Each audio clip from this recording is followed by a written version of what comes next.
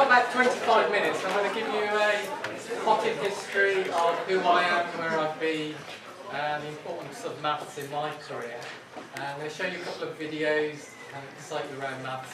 And then I'm going to signpost you to a few websites which will give you an insight into the kind of various careers that a maths degree and a maths A-level can lead to. Before I begin, just a quick quiz. We did some research a couple of years ago with about 500 maths undergraduates, and we asked them what was the most important reason why they were studying a maths degree.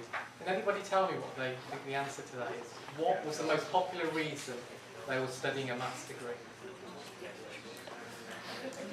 Shout it out. Job, yeah. Put your hand up, who said job? Yeah, you're 100% right. 90% of maths undergraduates said the reason they were studying a maths degree was because they believed a maths degree was going to give them a fantastic job. When we asked those 90% again, well, what job? All of them said, we don't know. We don't know what this maths degree is going to lead to. So we went about, I'm at the Institute of Maths, we went about finding careers materials we could create to send into maths universities, departments, to show kind of different careers a maths degree can lead to. So I'm going to briefly touch upon that today, and I'll be looking for a volunteer later on to do a maths quiz with me to see if we've got a careers quiz with great career. So that's me, that's my potted history. I actually began my career working in Land Rover many, many years ago. I was a projects engineer. I did a degree in engineering which involved a lot of mathematics. In terms of engineering, I was involved in what's called bodying wire. I was involved in putting robots into Land Rover to weld the actual body shells together. It got me to travel around the world. I worked in Germany in BMW and with counterparts. I did a lot of projects with Honda in Japan. Maths is very important. What you'll find is when you go into a career, you won't use necessarily all the maths you learn at A-level or at university. But what the maths degree gets you to do is to start problem solving, starts you to look at problems in a way scientifically. Now, when I was working in engineering, I'd be looking at things like tolerances, statistical process control. It gives you almost a knowledge base to look at problems, to think, okay, here's a problem, and I'll go through it step by step, just like you'll be sorting out equations in your exams. When you're faced with problems in industry, you won't necessarily be asked to solve this calculus equation, or this differential equation, or this algebra equation. But you'll be asked to solve problems in a generic fashion, and hopefully what your A-levels and your maths degree would have done is prepared you to solve these problems. So I just wanted to put that across. I learnt a huge amount on my engineering degree, mechanics and a bit of physics, but very little of that can I actually apply in the actual job role. And what you'll find is you'll be learning new skills as you go along in your career. But you will be using some of the stuff you've learned. Halfway through my career, I did a master's degree in counselling and psychotherapy, and I became a psychotherapist for a few years.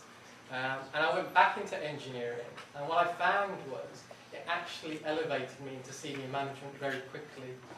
And what a lot of managers and directors were saying to me was, we're glad you didn't do a master's degree in a technical subject. We're actually glad you did a master's degree in a humanistic subject, because what you'll find when you get into industry, soft skills, people skills, talking to people, communicating, listening, is just as valuable as the technical skills. When you're going to be pitching your ideas in industry, you're going to know how to communicate, how to negotiate, how to take certain setbacks, how to stand in front of 20 directors and present your ideas. So I would encourage you very much so, as you progress through your career, please do look at developing your people skills, your listening skills, your communication skills, because you'll find those are just as important as your technical mathematical skills. And a mathematician who's got great soft skills will be very valuable to industry. If you think about it, the first step into industry is the interview, and you'll need to sell yourself with your personal skills, your people skills. you'll need to sell your skills that you've acquired in your maths degree at that interview and as you progress through your career. So I would strongly advise you to develop your creative side, because you'll have had a huge amount of technical skills developed at university, but it's applying those technical skills in a creative manner. I then moved into a bit of teaching and did a lot of teaching in a lot of Birmingham schools. And what I found with teaching was it enhanced my knowledge of engineering, and I would encourage you at some point, whether it's formal teaching going into secondary schools or as ambassadors working in university going into secondary schools, you'll find that if you're working a teaching capacity and share your knowledge, not only are you empowering other people to create the ripple effect, getting more young people to study maths, but you'll also find that it empower your knowledge in the subject as well, and it embeds more. I remember when I was doing my national diploma and high national in engineering, I'd stay back and I'd work with my fellow colleagues, and we'd go through our notes together, teaching one another. And we found that a better way of revising than actually sitting on our own, kind of going through verbatim formulas, etc. So it would actually help if you can get a few groups of yourselves together and teach one another, because that really embeds into your kind of psyche. Okay, so that's a bit about me. I mean, part of my last 5 years I've spent, having done the engineering, having done the psychotherapy and the teaching, I've moved into project management, and I now work at the Institute of Maths, promoting maths as a career to young people, and studying A-level and also doing a degree in maths. There's a fantastic website I've worked on for the last 5 years called mathscareers.org.uk. We've put now over, I'd say, about 50 to 60 videos showing where maths is used in every day. We've created, I would say, over about 100 booklets showing how maths is used in, say, cancer research, in the military, in hospitals. We've interviewed a guy who's a bomb disposal expert who's done a maths degree. There's a couple of booklets on there which has got career profiles, and there's over 200 career profiles now on there showing different kind of careers that a maths A-level maths degree can lead to. So I'd really advocate that you guys have a look at that website. I saw this a couple of years ago, and I thought I'd share it with you. Thoughts from employers. Really tips, I suppose, when you go for interviews and you're looking to kind of enter industry to use your maths knowledge. And this is what employers thought of maths undergraduates. They take an active stance in solving mathematical problems. When faced with a non-routine problem, they've got the courage to plunge in. And that can't be said of many kind of undergraduates or graduates leaving university, but maths graduates are seen as highly valuable to employers at the moment. They don't expect you to come in and start the job straight away. There's only one company in the UK that actually will advertise a job with the word mathematician wanted. You won't actually see jobs advertising we want a mathematician. And that company is GCHQ, that do the code breaking and all the kind of secret stuff in there, in Cheltenham.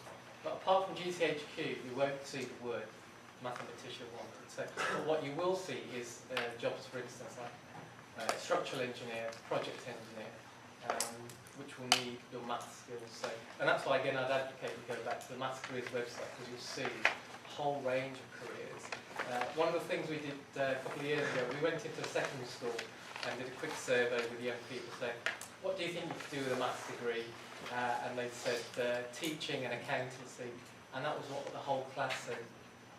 And then we produced all these videos and resources to show them you can do far more than just accountancy and teaching. And not that there's anything wrong with teaching and accountancy. Okay. If you also go onto YouTube and type in keywords more maths grads, you'll find another 60 videos showing where maths is used.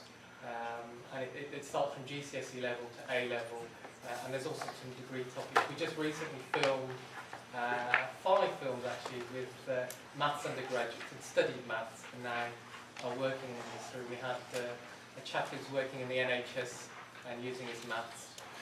We went offshore to look at some wind turbines and how engineers who've done maths degrees are using their maths in the real world. So if you go onto YouTube and type that in, you'll see loads of different videos. Maths Careers as well. Now I was going to show you a couple of videos before I go to the careers quiz, just to kind of give you a flavour for all the videos we've got.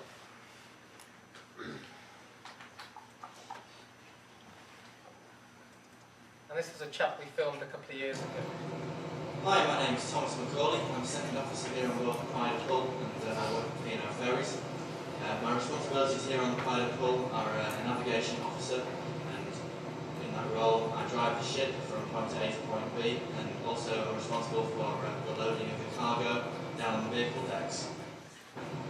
Maths is a really important part of my job here on the bridge, particularly in terms of navigation. We use it on a daily basis. As a result of that, you have to have a minimum grade of C at least at GCSE level in order to gain entry into the apprenticeship. Some companies, however, require A-level maths, and there are even instances of people entering into the apprenticeship with degree level maths. One of the really important ways that we can use maths on board the ship is to calculate the distance of the visible horizon. This circle here represents the Earth, and this dot here is the centre of the Earth. I can then draw on the picture where my location is, and this cross represents the height of the bridge above the sea. I can then draw two lines from this cross.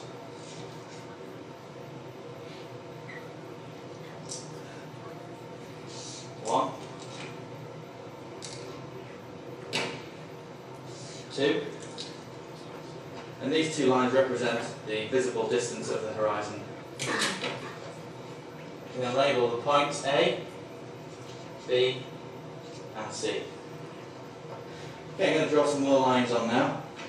First of all, I'm going to draw a line from my position to the centre of the Earth, and label this point, point D. This distance here represents my height of I, which is 39 metres, and this distance here, D, to the centre of the Earth, which is the origin, represents the radius of the Earth. And then I'm going to draw some more lines. Here. And here. And these two lines also represent the radius of planet Earth. Okay, the two lines that represent our visible horizon are actually also what we call tangents. And we know from our circle theorem that a tangent is always at 90 degrees to the centre of a circle when it hits the edge of a circle. We can therefore say that this point here, and this angle here, are at 90 degrees. Now the object of the exercise is to calculate, obviously, the distance of the visible horizon. To do that, I can use this distance here, which I know to be 39 metres, and this distance here, which is fixed, and it's the distance from the centre of the Earth to the outer edge of the Earth, the radius of the Earth. And therefore, I can use this, which is a right-angled triangle, and also Pythagoras' theorem, to calculate the distance AB. This distance can vary considerably depending on the size of the ship you're on. For example, the Pride of Hull is a very large vessel, and so the visible horizon will be greater than that on smaller vessels such as a yacht.